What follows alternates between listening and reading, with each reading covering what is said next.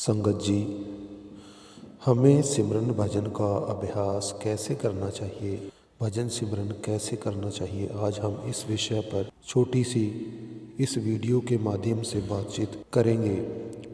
वैसे तो हम सब जानते ही हैं कि जिस किसी अभ्यासी जीव को उसके संत सतगुरु ने उसे नाम की दात दी है, वो नाम मंत्र दिया है, नाम शब्द दिया है, उसके गुरु साहिबान, उसके संत सतगुरु जी उसे उस खास विधि के बारे में बताते हैं कि उसको किस तरह से अपने अभ्यास को करना है। चाहे वो किसी भी संत महात्मा के साथ जुड़ा हो, उसको वह विधि अपने गुरु से ही प्राप्त होती है। लेकिन कुछ ऐसी बातें हैं जो मन में उठती हैं कि भजन सिमरन कितनी देर करना चाहिए, किस समय करना चाहिए, क्या बार बार कर सकते हैं। तो हम अक्सर सत्संगों में भी सुनते हैं महात्माओं की कि महात्मा हमें लगभग 2-2.5 घंटे के लिए भजन सिमरन करने का हुक्म देते हैं, ताकि हमारा जो दिन का 10वां हिस्सा है हमारे जीवन के समय का, उसे हम प्रभु भक्ति में, मालिक की भक्ति में लगा सकें।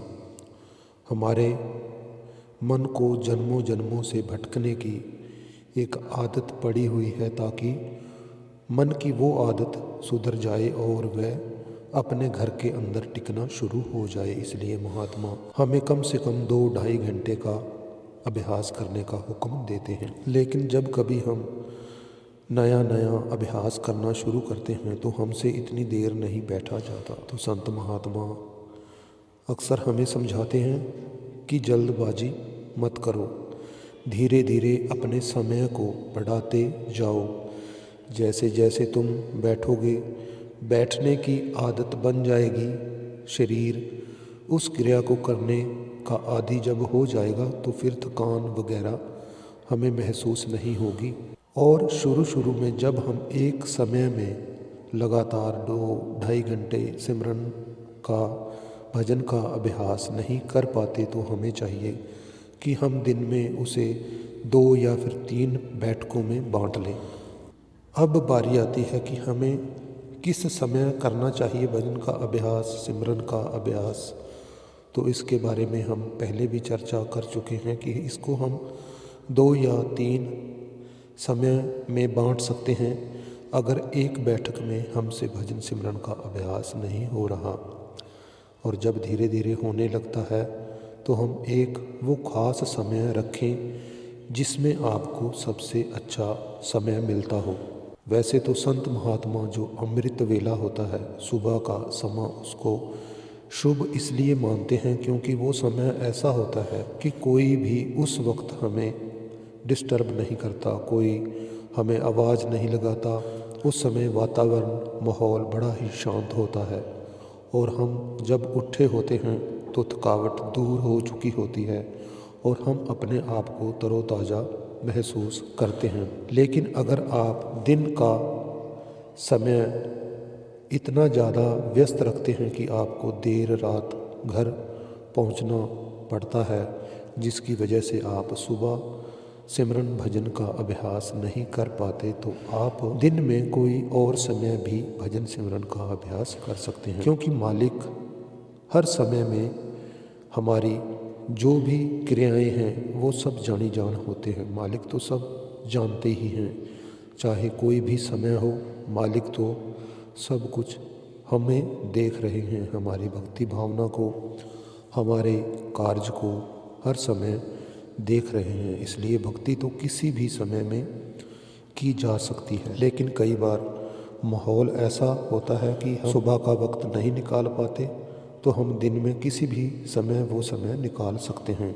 और अब बारी आती है कि हम ज़रूरी नहीं कि 2.5 घंटे या 2 घंटे ही सिमरन करें, हम इससे और ज़्यादा समय को बढ़ा सकते हैं। लेकिन कम से कम 2-2.5 घंटे तो करना ही है, क्योंकि अगर इतने वर्षों से भटक रहे इस मन को काबू करना है तो फिर लंबे समय तक अभ्यास करना भी कुछ ज़रूरी होता है।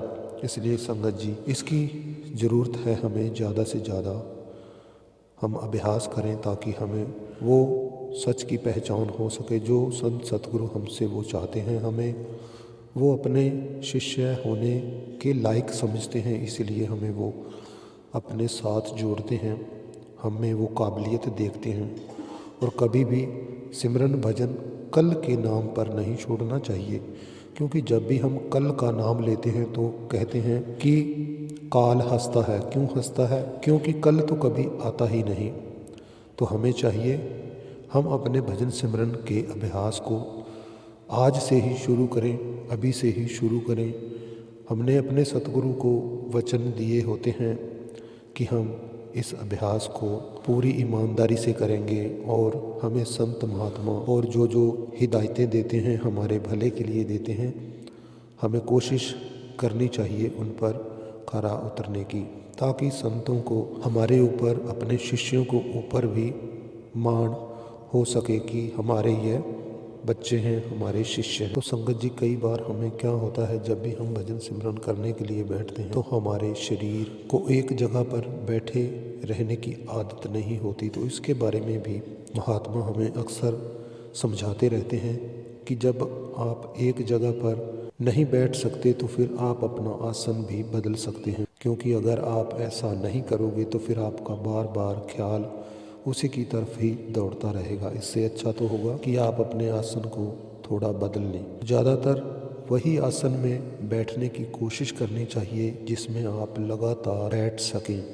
क्योंकि अगर आप ऐसा करेंगे तो इससे हमें इसका और ज़्यादा अच्छा फल मिलता है, इसका नतीजा मिलता है। और अब बात करते हैं, हमने फल का नाम जैसे ही लिया तो एक और विचार आया कि हम में से कई अभ्यासी अंदर झांकने की कोशिश करते रहते हैं, कुछ देखने की कोशिश करते रहते हैं कि कुछ हमें दिखाई दे। संत महात्मा अक्सर यह समझाते हैं कि हमें फल की इच्छा नहीं करनी चाहिए, हमें मालिक की भक्ति सच्चे मन से करनी चाहिए, बिना कोई इच्छा रखे। अगर हम बिना कोई इच्छा रखे भजन सिमरन का अभ्यास करते हैं, मालिक से कुछ छिपा नहीं रहता, वो तो धरती पर चल रही कीड़ी की मन की बात भी जानता है। इसीलिए हमें बिना किसी लालच के भक्ति करनी चाहिए, मालिक को याद करना चाहिए। मालिक ने हमें इस संसार में इतना कुछ दिया है, इंसान की देह दी है, मानव शरीर दिया है, जिसको देवी देवता भी तरसते हैं पाने के लिए, इतनी कीमती दे दी है। हमारे अंदर कुल मालिक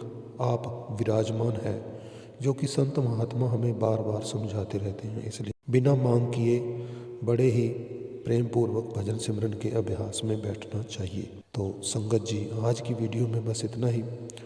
फिर मिलेंगे एक और नई अपडेट के साथ। चैनल को सब्सक्राइब करें और बेल आइकन को भी ज़रूर प्रेस करें ताकि आने वाली वीडियो का नोटिफिकेशन आप तक पहुंच सके।